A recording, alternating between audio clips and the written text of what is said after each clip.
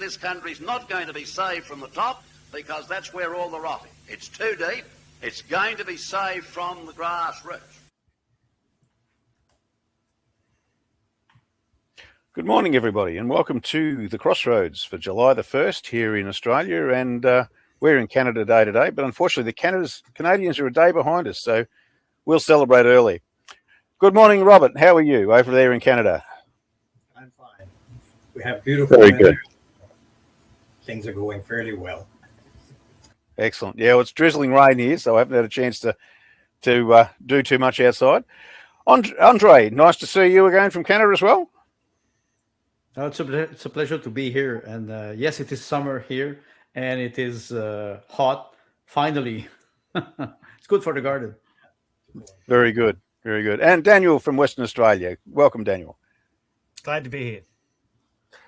Today I'm going to mention something. I've been thinking a lot and looking at the different crises that are going on around the world, and all the things that we're being subjected to, and all the solutions that our government keeps, or governments, continually put in front of us. The solution to our housing crisis, according to our Australian government here, is to basically make it worse by removing negative gearing and instituting a capital gains tax, which they say they're fudging with and doing stuff to make it work. But the end result, if you talk to many of the economic people who actually think about things, is it's not going to deal with it. So I was thinking of my time when I used to work with pigs. Now, if you're trying to herd a bunch of pigs from a big pen into a smaller and more distant pen, for various reasons, whether they're just growing up and they need more space, or whether it's the next step on the way to slaughter. They're pretty inquisitive things. They're intelligent. They want to see what's going on. So to actually herd pigs is a little bit awkward. So you must have chutes or fences that have solid sides so they can't see what's going on outside, and they're not inclined to look around and, see things for themselves. You've got to lead them in one direction, virtually blindfolded. If there's a bit of noise going on, or some other pigs that they're passing are making a noise, your noise has to be louder than theirs and a little bit more fearful to make them continue on instead of stopping to chat. So it's for that reason that we put up these fences with the lower portions all solid. And this is the way we encourage them to go all the way to their destination. Now, I see very little difference between, sadly, the population of the world and politics these days. The overriding intention for globalization is easily seen. The manipulation that we're being subjected to and the crises, they're all the noise and the blindfolds that are put up to try and make us reach a certain destination. I know I have harped on about AI many times, and I'm just seeing it far more clearly now than I have in a long time, that the control centers that are being put in place are all leading us to the one destination, and that will be basically a universal income or a digital currency, which can be turned off or on at will according to your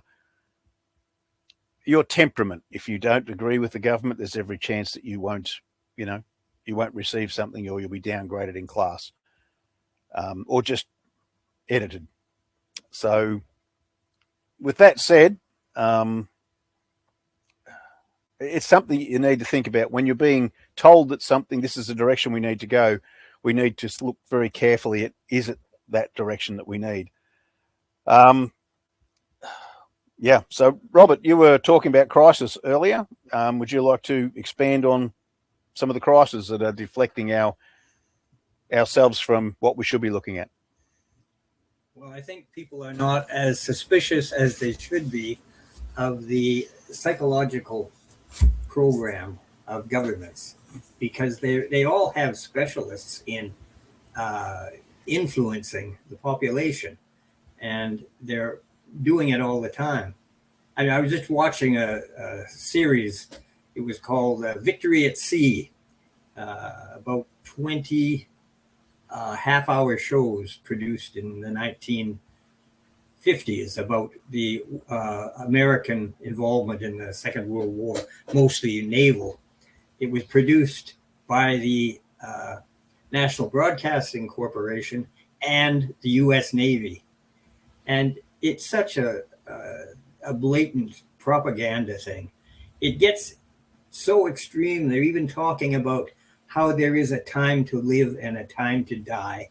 And they show images of bodies all over beaches. It's just dreadful stuff. So, it's sort of glorifying the sacrifice of war. I don't think we should be doing that. I think we should be exerting our every effort to avoid getting involved in a war. And I don't think it would be that difficult if the population had a voice in these things. But anyway, these influencers are engaged by government. They're psychologists and psychiatrists, I guess. And in Canada, the influences have got into our media because the government is now subsidizing all the media. Well, as soon as the government is sort of the sustaining financial partner in an enterprise, that enterprise is not free. So Canada no longer has an independent media. And this is a most undesirable state of affairs. And we've seen how dangerous it is from examples of other countries. In the communist countries, people didn't believe anything the media wrote after a while, but they had to communicate in, subterranean means of communication, and anything official was distrusted. And we've reached the state in our society where we should be looking at our media in the same way. They publish statistics. I don't take government statistics seriously anymore. I think they would not hesitate 1 minute to falsify the whole thing in order to create an impression, in order to move the population psychologically in some direction. And as far as I'm concerned, we have this unending succession of crises. And I think it is intended to keep the population in a constant state of insecurity and anxiety, because people who are in that state are more easily controllable. If you're fearful, you're not going to make the right decision about what you should be doing in your situation, because you're not thinking clearly. You're thinking under the influence of an emotion, which is not the way to resolve a problem. So we've had all these crises. We had that financial crisis in 2008. I think that André can tell us a lot about that, more in depth than I can. And then that disrupted people's lives. People lost their homes. Why in the world are people losing their homes? This is just savagery as far as I'm concerned. Every effort should be made to ensure that people keep their homes and that they are able to obtain decent housing. But our governments make everything so precarious. And that's the state of our housing situation now. And then after that crisis, we had the perpetual crisis of the climate killing everybody off, of all these predictions that were made. And of course, none of them really came true, but they're still being rationalized in some way, I guess. They're not talking about it quite as energetically, since they've decided to put these data centers all over the place that are going to consume immense amounts of energy. So they used to be telling everybody to conserve, but obviously some components of our society are not subject to that stricture. And you'd have to be a real simpleton not to see that there's a tremendous contradiction there. They're telling people to conserve while they're doing the most wasteful forms of construction you could possibly imagine. But then we had COVID. And COVID, it said it was a health crisis. I think it was more an economic crisis because it was used to disrupt the economic activities of so many people, to bankrupt many businesses, to force businesses to close. And again, this was such a strain on society. Many suicides resulting from people being unable to contend with the conditions that were being imposed by government. Again, they were making things deliberately hard, and this should not be the objective of government. In any kind of situation, they should be trying to make things as comfortable and endurable for the population as they can, but they certainly didn't in the COVID crisis. And then we have Trump coming along, and he sort of disrupted the whole world economy with his aggressive imposition of tariffs on everybody. It was such a shocking, chaotic period, because nobody knew from one month to the next, or from one day to the next, what kind of punishment they were going to receive from the United States. So I think Trump is just another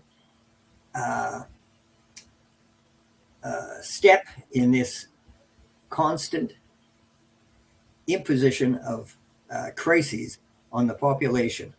And now with the the starting of this war, well, the war that he promised not to start, and right away he's prosecuting it and defending it.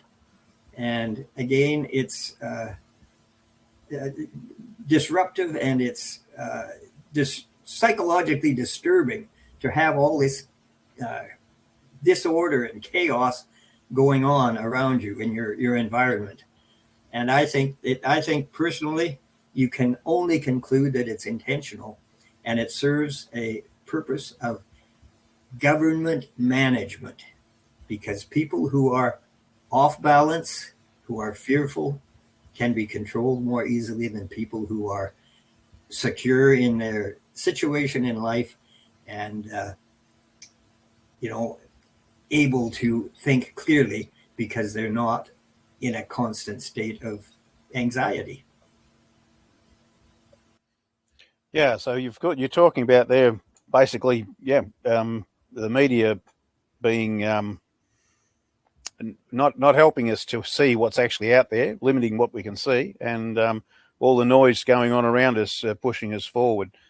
The winners, of course, from COVID were big business. They were not forced to close down in Australia.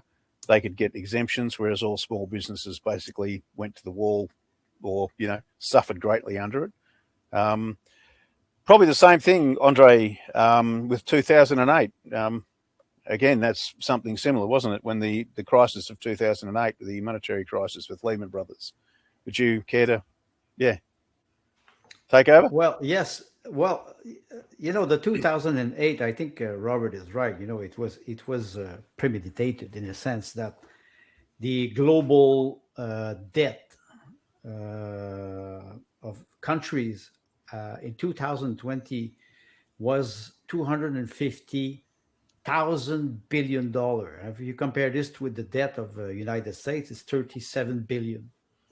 That was in 2020. In 2008, it was about $180,000 billion. People, they cannot grasp this type of number. They cannot process it. There's too much zeros. They cannot understand this, for example, and compare us with the GDP. What happened in 2008 was the leverage of bank toward credit, who brought the crisis of the subprime. And the banking system, it's an architecture that is very fragile. For example, you have the derivative market, which is insurance policy. Stakeholder, they take police insurance against each other in contract. The level of derivative product is about $847 trillion. And some economists, they say we cannot even evaluate correctly, and we don't know really how it works. So you can just remove a card from I would say the architecture, it will all fall. What happened in 2008 was exactly that. The leverage of bank like Freddie Mae and Fannie Mac was huge, 30 to 50 for $1 of assets. And Lehman Brothers was in the same financial situation. When everything collapsed with the subprime, government were caught short because they had to bail out. They had to bail in the bank. So they decided they choose to bail in some banks, and they decide to let other bank collapse. Like Lehman Brothers was one of the greatest bank, one of the oldest bank, and we were saying, oh, it's too big to fall. We have to save them because everything will just go down the drain. Exactly what happened. But the phenomenon was not the beginning, the end of it. It was the beginning of it. There's a concept in economy which is the double dip. As soon as you have a very big crisis like that, the stock market will crash 25%. Then it will pick up very rapidly because you have a lot of speculator. And most people, ordinary people, they think that they are out of the crisis. No, it's like an earthquake. You have one earthquake, and then you have the big one that comes, and then you have some small one. So it's always the crisis is never isolated. It's a bunch of crises. If it's a bunch of crises, financially, it has to be organized. It cannot just be one actor who takes a bad financial decision.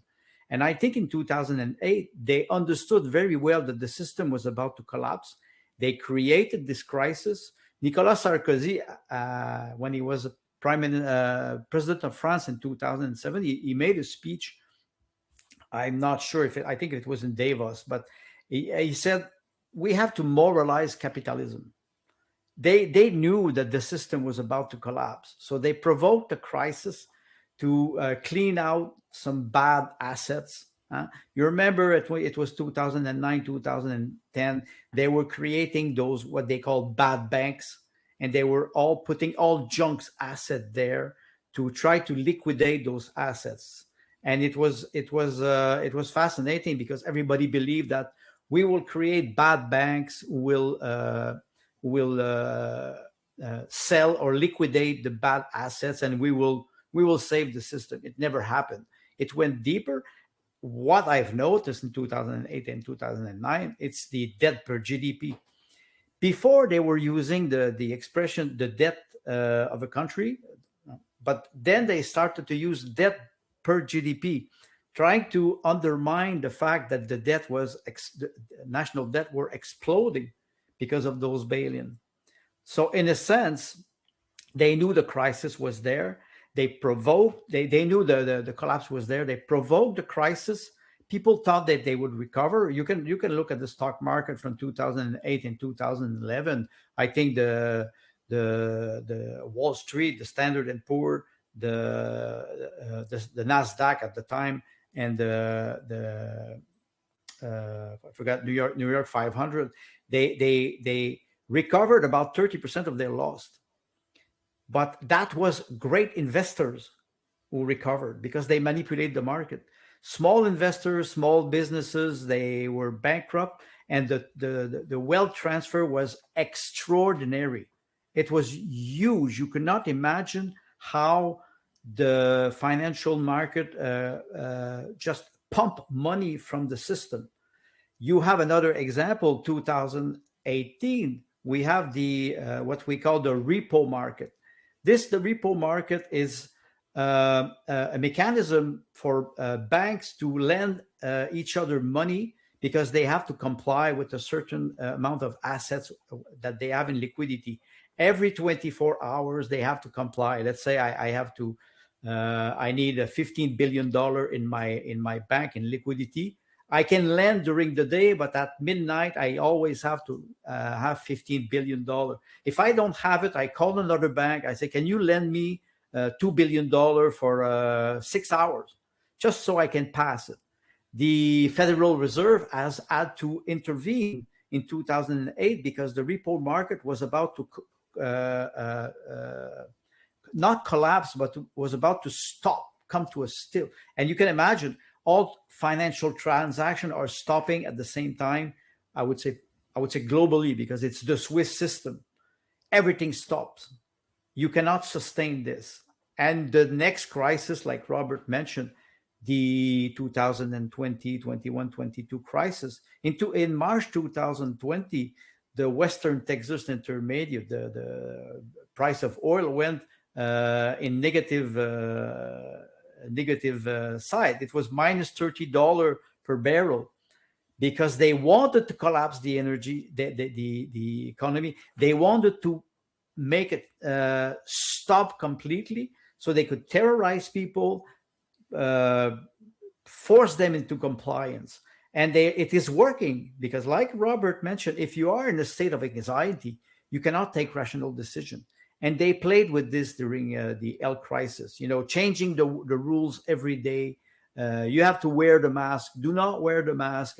Stand up. Wear the mask. Sit down in a restaurant. Don't wear the mask. It was the psychological war was total, and it is not ending. It's the beginning. I will end on that, because I think there's a lot of things we can say about how they manipulate the people. First of all, like what Robert said, through mainstream media. Mainstream media, they are there. In Canada, it is $1.3 billion per year that they give to national media like CBC, and it's only mass manipulation. Yeah, the things I remember most were the fact that they put all the bad debts into, like you said, the bad banks, the bad actors into the bad actors and into the bad banks, and this was people that have been virtually forced into taking out another loan to keep their mortgage, or encouraged to take a greater mortgage than they could handle, and it wasn't financially feasible for them to pay it back. So all those things were whacked into bad banks that went under, and of course the big businesses got bigger, and the smaller ones and the people lost their homes. So whatever coming out of all these crises and everything else, it's only ever the people that seem to lose out, not the financial, the houses.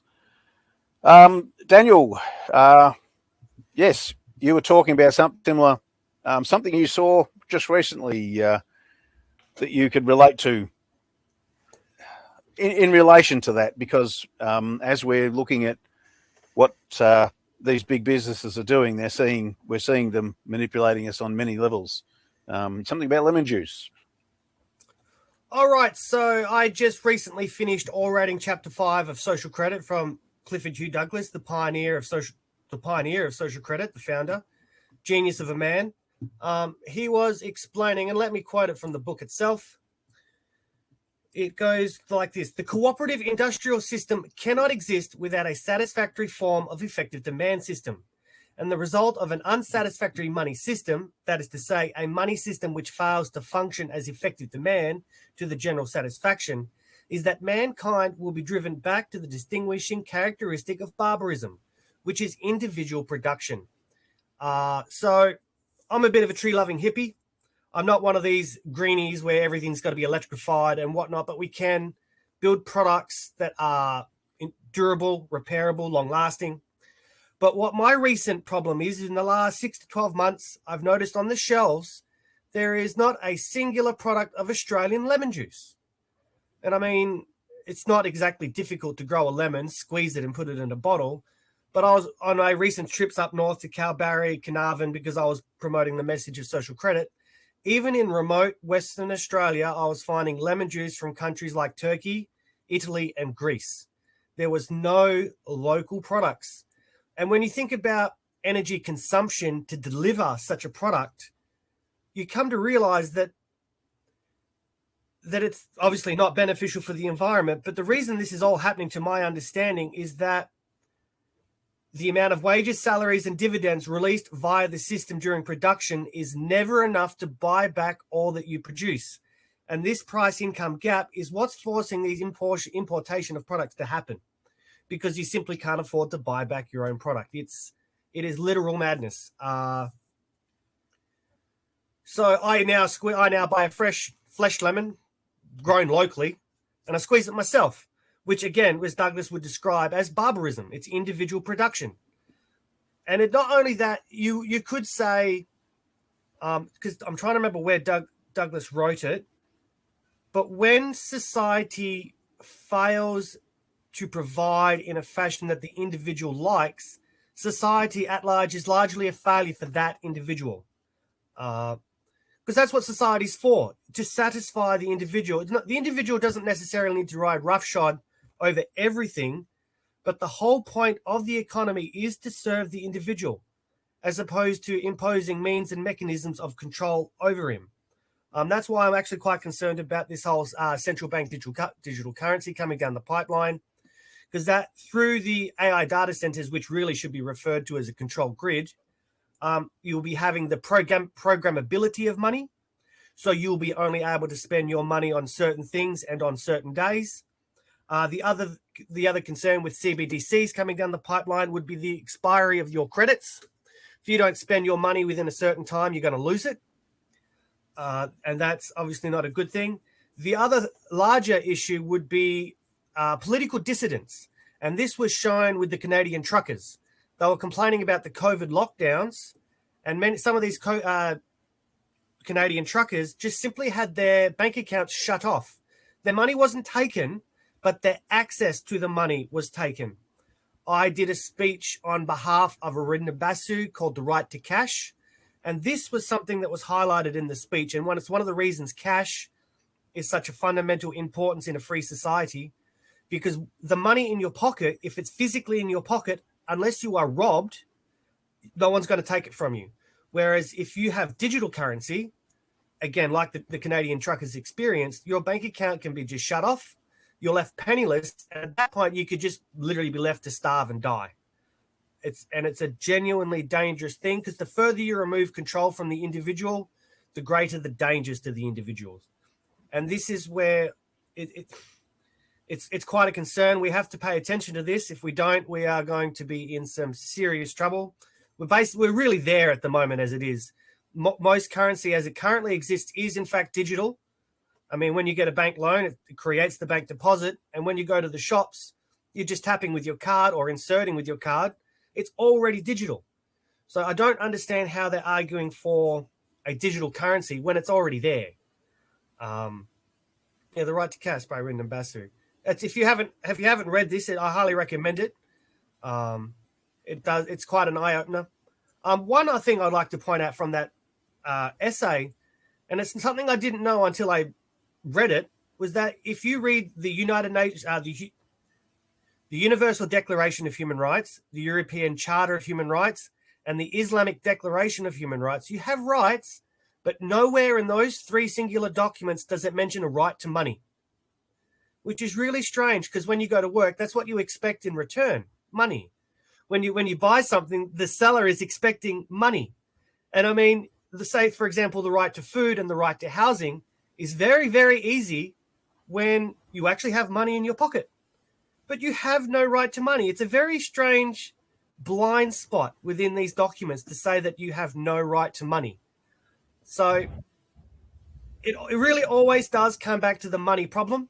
A lot of our societal issues will be the money problem, and we must address it. I mean, I'm trying to address it by my travels. I speak to people in the streets. I speak to the people at the caravan parks when I'm there. I'm not convinced that the stress and agitation that they are experiencing in their daily life. I mean, I've got family friends. They have 3 children, and they're genuinely concerned with their grocery bills.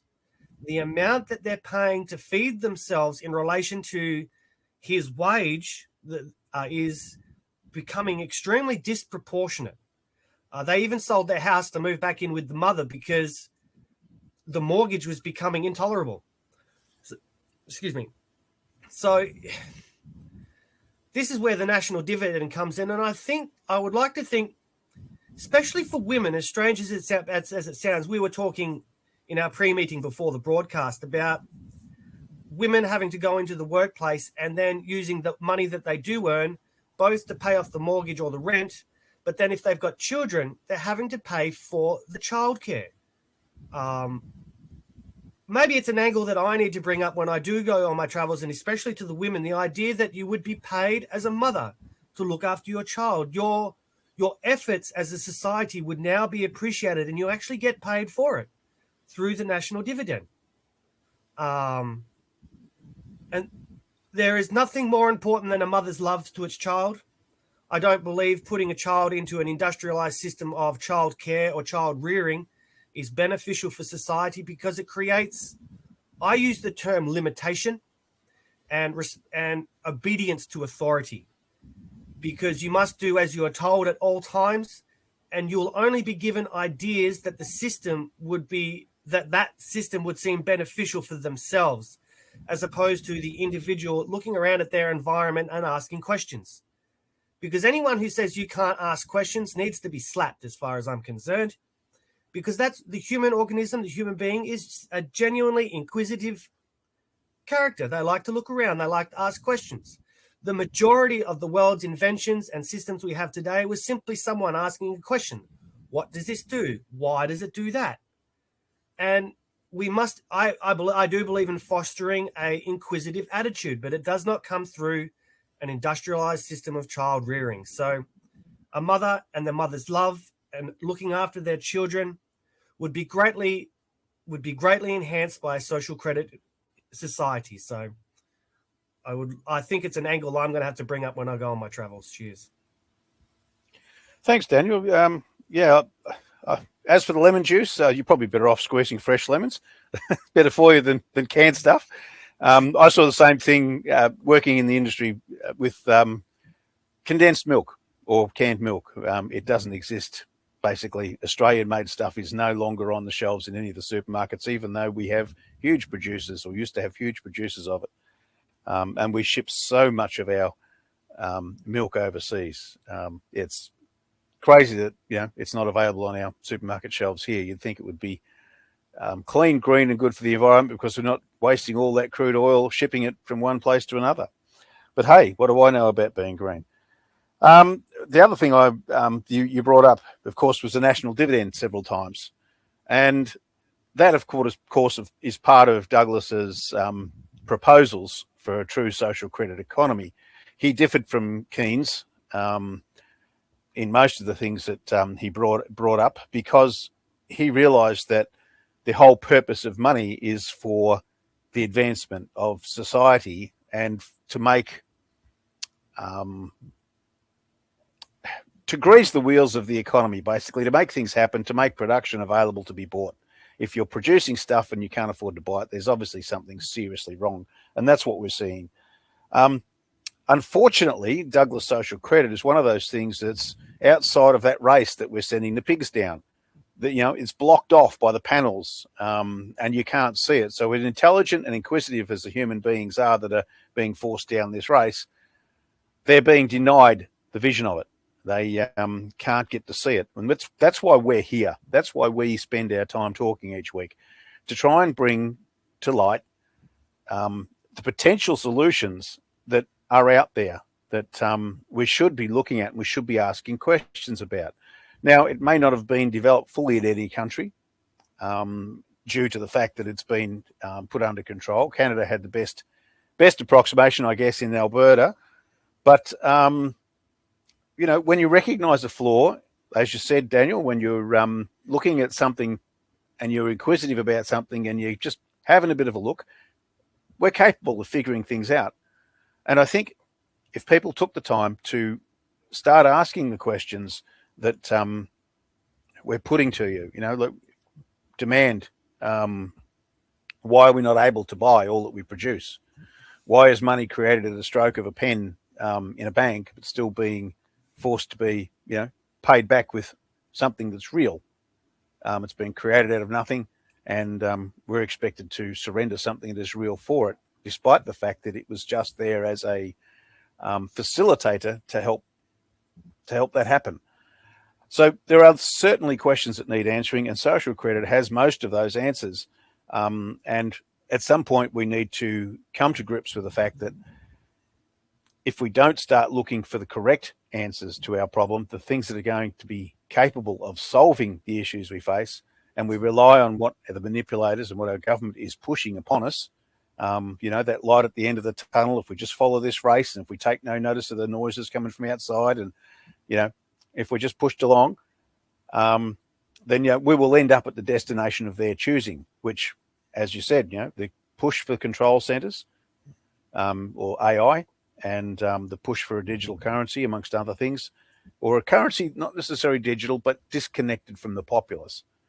I think that's probably the bigger point. Yes, we need to be looking at the other alternatives, because if we don't look at the alternatives that will truly function and truly solve the problem, we'll be given something that will solve it to the satisfaction of those who wish to only keep us under control. Robert, would you like to make a small roundup of whatever we've been talking about today, or add anything else in? Well, that is an interesting point about the alternatives that were presented. They're still talking pretty well everywhere on mainstream media or even alternative media about right or left. And if somebody feels he's right, then he hates the left. And if he feels he's left, he hates the right. But this is an artificial construct. And it's so blinding, because why in the world are there only two approaches to our social problems or our economic problems?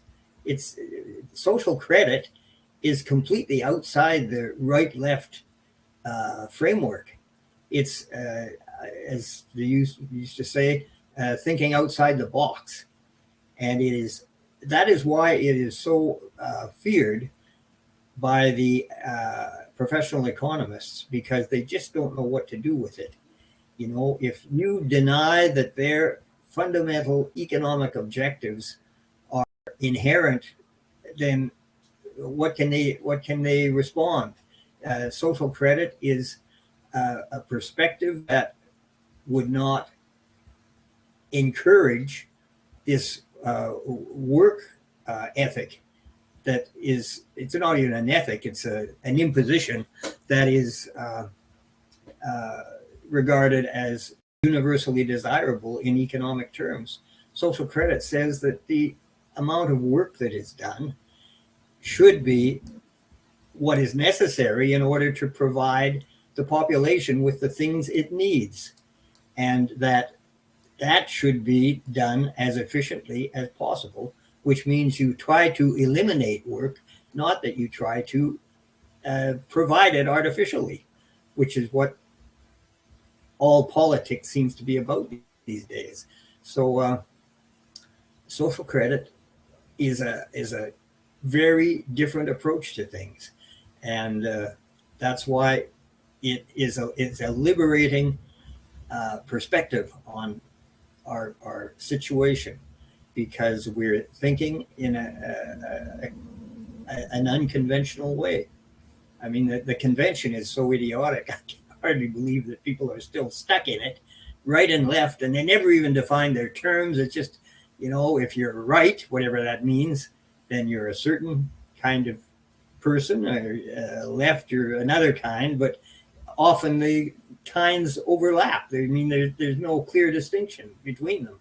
People identify themselves as leftists, and there are many of them on the alternative sites that do that, and I just don't understand. Often they're making decent criticisms of what's going on in society, but their identification with these worn out categories is just mystifying to me. I don't understand it. Now, dividends have been mentioned, and social credit proposes the distribution of a dividend to every member of society. This sometimes is seen as an undesirable thing by people who believe that only the corrupt well-to-do people live on dividends. But there's nothing wrong with dividends. And in fact, when you do anything and you get a beneficial result from it, you're getting a dividend from your effort. So dividends are desirable. They're a surplus advantage that people become entitled to, and social credit would universalize them. Not on the basis of, UBI scheme. This is an arbitrary approach to providing people with the means of surviving economically. But the dividend in social credit is a mathematically calculated supplement to the aggregate consumer purchasing power of the public. And it's not something that is optional. In our understanding, there is a chronic deficiency of buying power in the hands of the public. I think this is, excuse me, pretty well demonstrated by the spectacular growth of debt everywhere. It's obvious that people can't liquidate costs because they have to go into debt in order to acquire the means to buy what is currently available.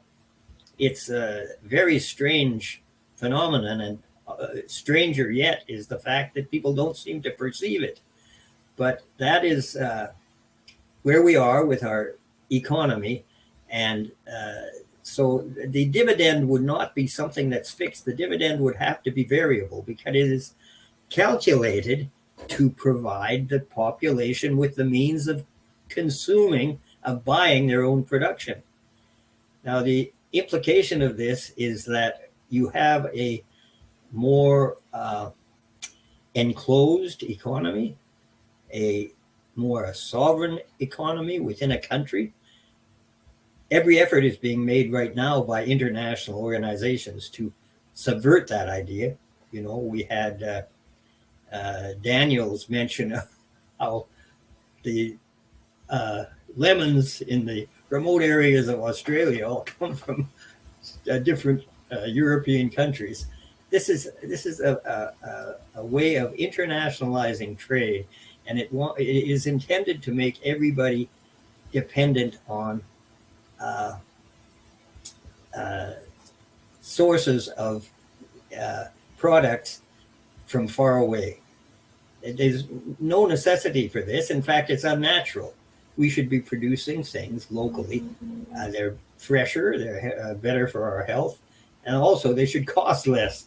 You think of shipping all this produce and other products around the world in a compulsive way. It's absolutely compulsive, and it's an unnatural development. So the social credit idea is that you should encourage an economy to be self-sufficient, and there's no reason why one nation can't buy products from other nations if it's something that the population desires and it can't be produced in a reasonably easy way locally. But this is what we should be aiming for. The whole thing is being subverted by the fact that we are prevented from consuming our own production by a failure in our monetary system, which is that we don't have the means to liquidate our costs domestically.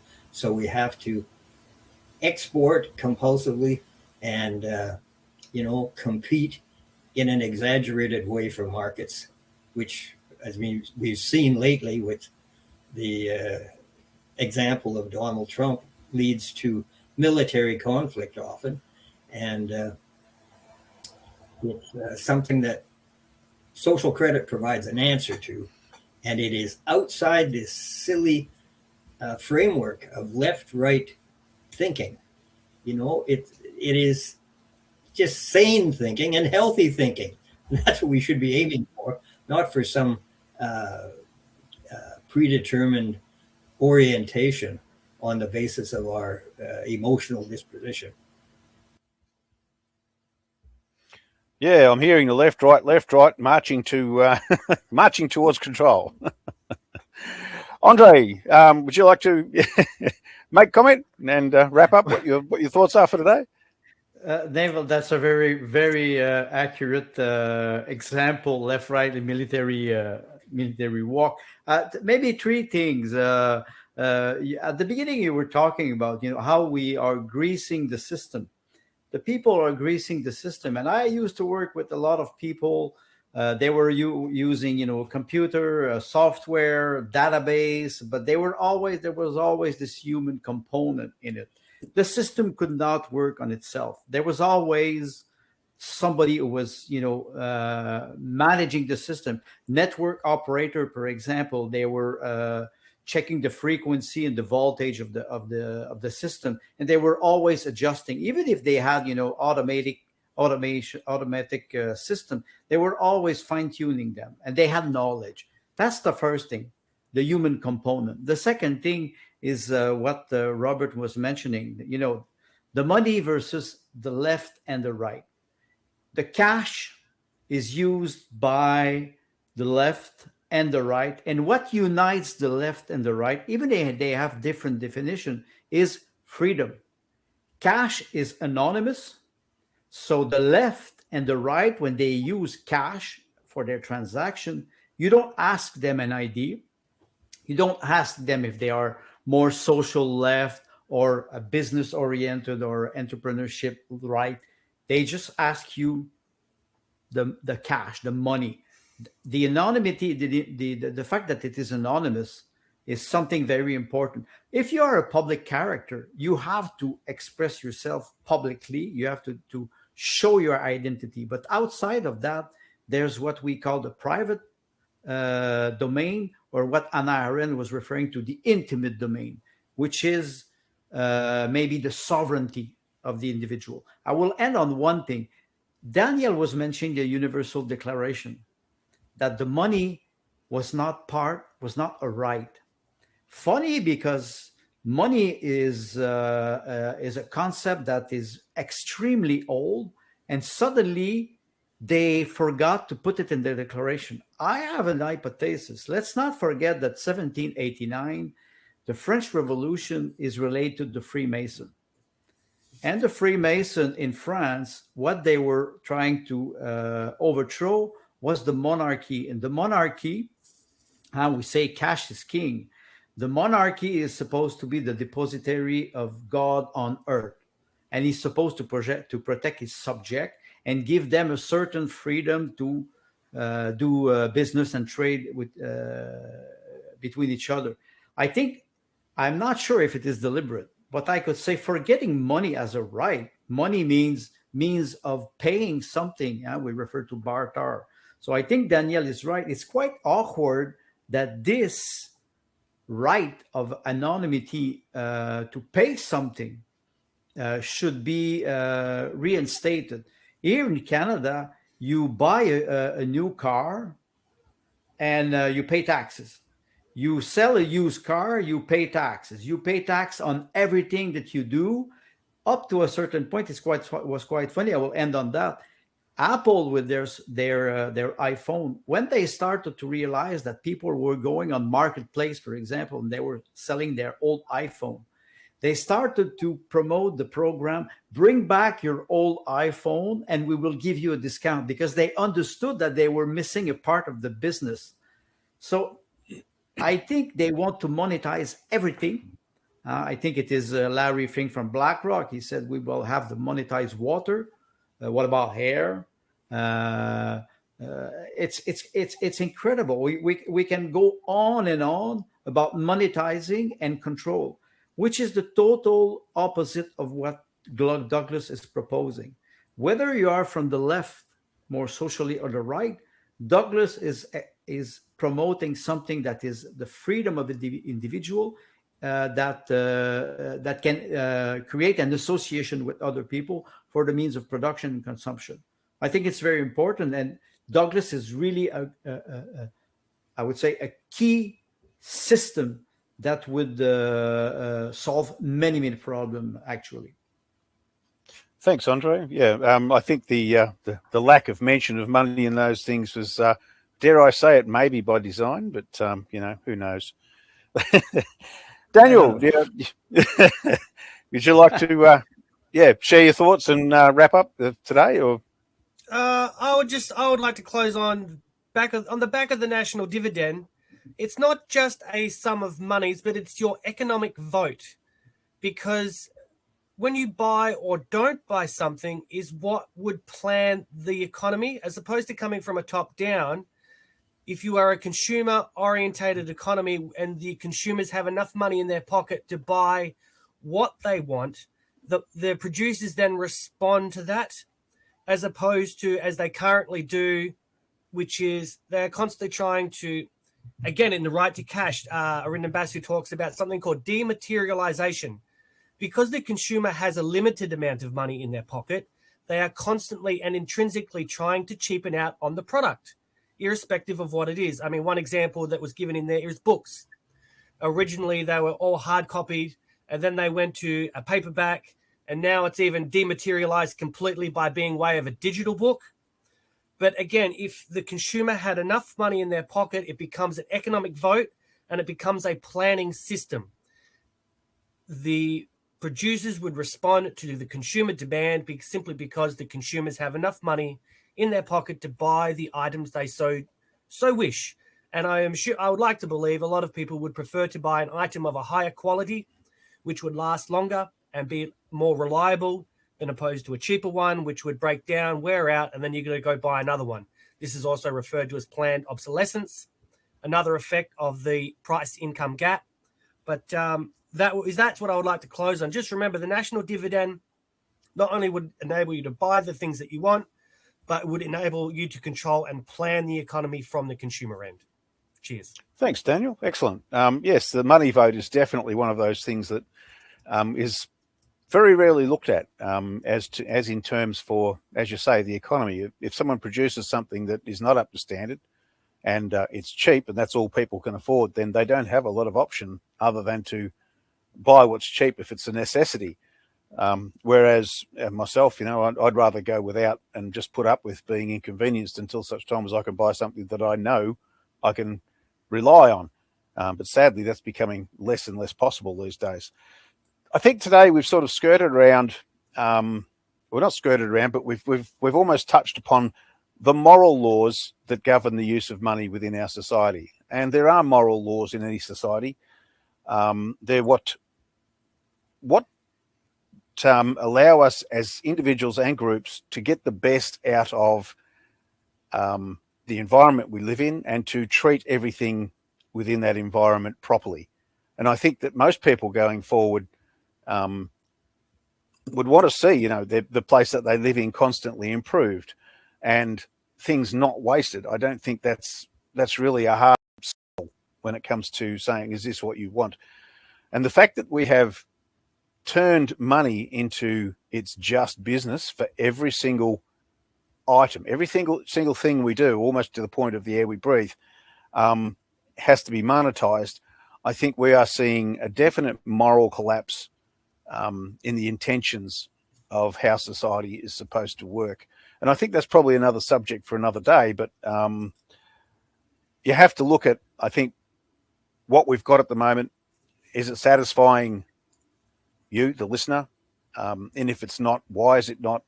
What things could be better? And what are the possibilities? And if you take the questions that we've been talking about here today, the intention of Douglas to free up the economy to make it more representative of the moral society. And I'm not using moral in a hoity-toity or a, what do you call it? A God-fearing sort of a way necessarily, although I do have that belief that there are certain laws within society that if you corrupt them, you will only see devastation. Then, we have to look at what we want in society. And I think the positive point here today is that no matter which chute they're pushing us down and no matter how much noise they're putting behind us, all we have to do is get our little paws up on the edge of that panel and look over the top and look for the alternatives and pay less heed to the noise behind us and more to which direction we're actually going. So thank you for your time today, gentlemen. It's been a fascinating talk. And we hope to see you again next week. So from the Crossroads, cheerio. This country's not going to be saved from the top because that's where all the rot is. It's too deep, It's going to be saved from the grassroots.